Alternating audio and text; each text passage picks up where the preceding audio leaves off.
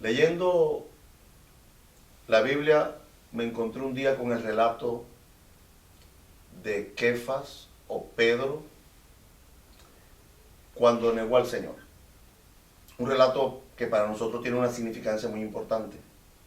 El poder ver el cumplimiento de las palabras que Yeshua le había dicho a Kefas, a Pedro, sobre que en el momento de su muerte todos lo iban a abandonar porque el pastor iba a ser herido y las ovejas iban a ser dispersas.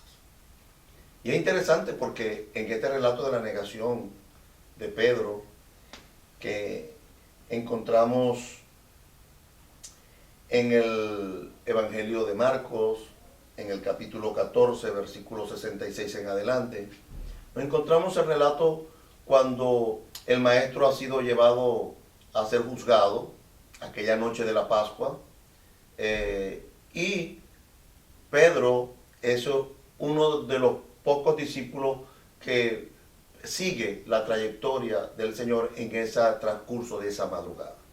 El Señor le había dicho previamente a Pedro que él lo iba a negar.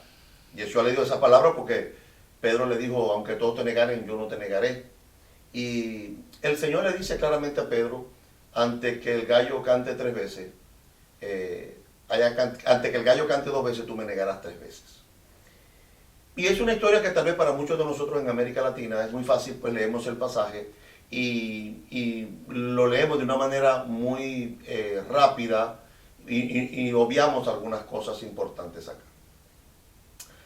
El relato del gallo cantando en la madrugada de aquella noche de la Pascua de Pesaj es muy significativo para nosotros porque nos encontramos que dentro de la cultura latinoamericana se entiende que el gallo es lo que nuestro conocimiento latinoamericano nos hace entender que es un animal que pues canta en los amaneceres. Y la gente tradicionalmente pues deduce que lo que el apóstol Pedro había escuchado aquella noche, aquella madrugada, cuando niega al Señor, es cuando oye al animal en la madrugada cantar. Y de esa manera pues hemos explicado el relato. Sin embargo, cuando nosotros venimos a la tradición, a la historia, nos damos cuenta que si este fuera el caso, ¿no?, de que fuera un animal, el gallo que cantó en el momento de que Pedro estaba negando al Eterno para que se pudiera cumplir aquellas palabras que el Señor había dicho, porque recordemos que Pedro estaba en el patio y en esa conversación Pedro niega rotundamente pues el estar cerca del maestro o el haber sido discípulo del maestro, aunque había muchas cosas que lo estaban delatando.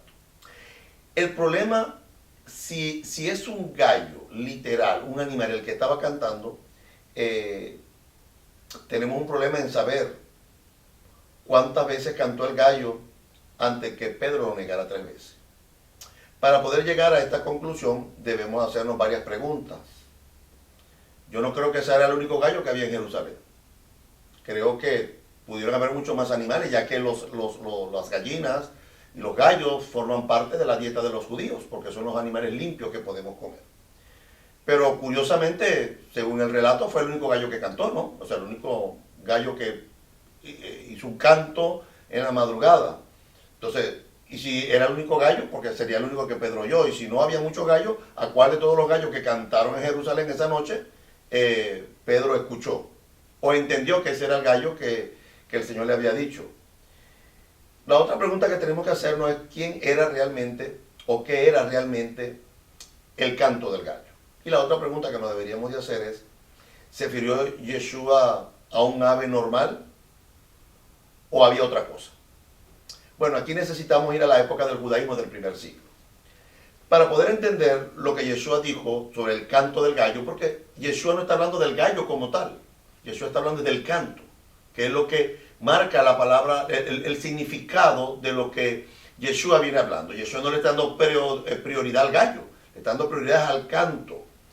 Y en el judaísmo desde el primer siglo se refería a un periodo específico de la noche. Los romanos dividían la noche en 4 vigilias, ya que la noche, desde la puesta del sol hasta el amanecer, consistía en un periodo de 12 horas. Esas 12 horas los romanos dividieron la noche, las guardias romanas, en periodos de tiempo de 3 horas cada una. Para poder hacer cambios de guardia, los soldados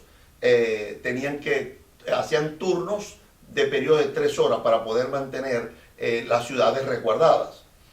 Esto lo podemos ver claramente en Marcos capítulo 13, versículo 35, donde dice: velen, porque ustedes no saben cuándo vendrá el Señor de la casa, si al anochecer, o a la medianoche, o al canto del gallo, o a la mañana. Y note las 3 frases que se menciona Marcos. Menciona al anochecer, que sería la primera vigilia; a la medianoche, que sería la segunda vigilia; al canto del gallo, que sería la tercera vigilia; o a la mañana, que sería la cuarta vigilia.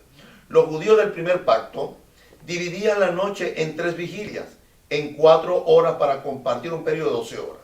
Para el judaísmo del primer siglo, los judíos usaban la división romana, como de las 4 vigilias, o sea, de horas, de tiempos de 3 horas, para cada uno de los tiempos en que se mencionaban allí.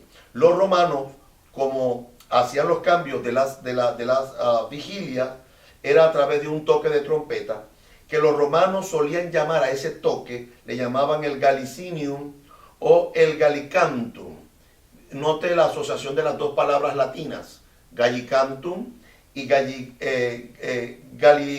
Gallicinium, que tienen que ver con el gallo. Y no era propiamente que estaban hablando del animal, sino que era un toque, como un toque de diana que hacían los romanos para avisar que venían los cambios de las vigilias en los soldados romanos. Basándonos en el pasaje de Marcos, en el capítulo 14, versículos 66 al 68, sabemos que la primera negación de Pedro se realizó poco antes de las 12 de la medianoche, cuando terminaba la tercera vigilia y comenzaba la cuarta, en la fortaleza de Antonia, que era una fortificación que tenían los romanos al lado del templo. Cuando vemos el relato del gallo del canto, para nosotros es muy significativo, porque pensamos que el animal es el que está cantando, pero dentro del judaísmo del primer siglo, los soldados romanos eran los que estaban llevando a cabo los cambios de las guardias.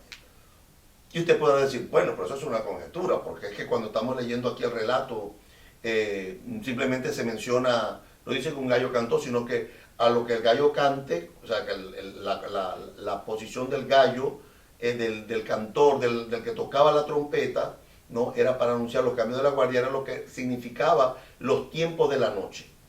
El problema de los lectores con la Biblia radica en que no sabemos mucho sobre ni la cultura, ni la tradición, ni los hebraísmos, ni la religión del judaísmo del primer siglo. Sabemos algo de los fariseos, sabemos algo de los saduceos, sabemos algo de los escribas, porque son los temas que encontramos más en el Nuevo Testamento.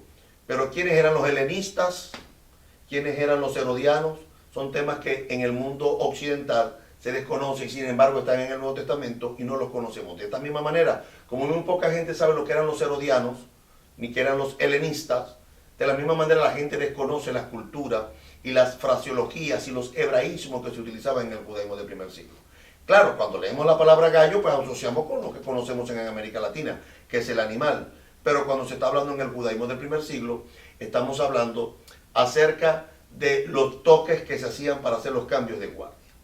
Por otro lado, sabemos que los judíos también tenían cambios de guardias en el templo en el judaísmo del primer siglo.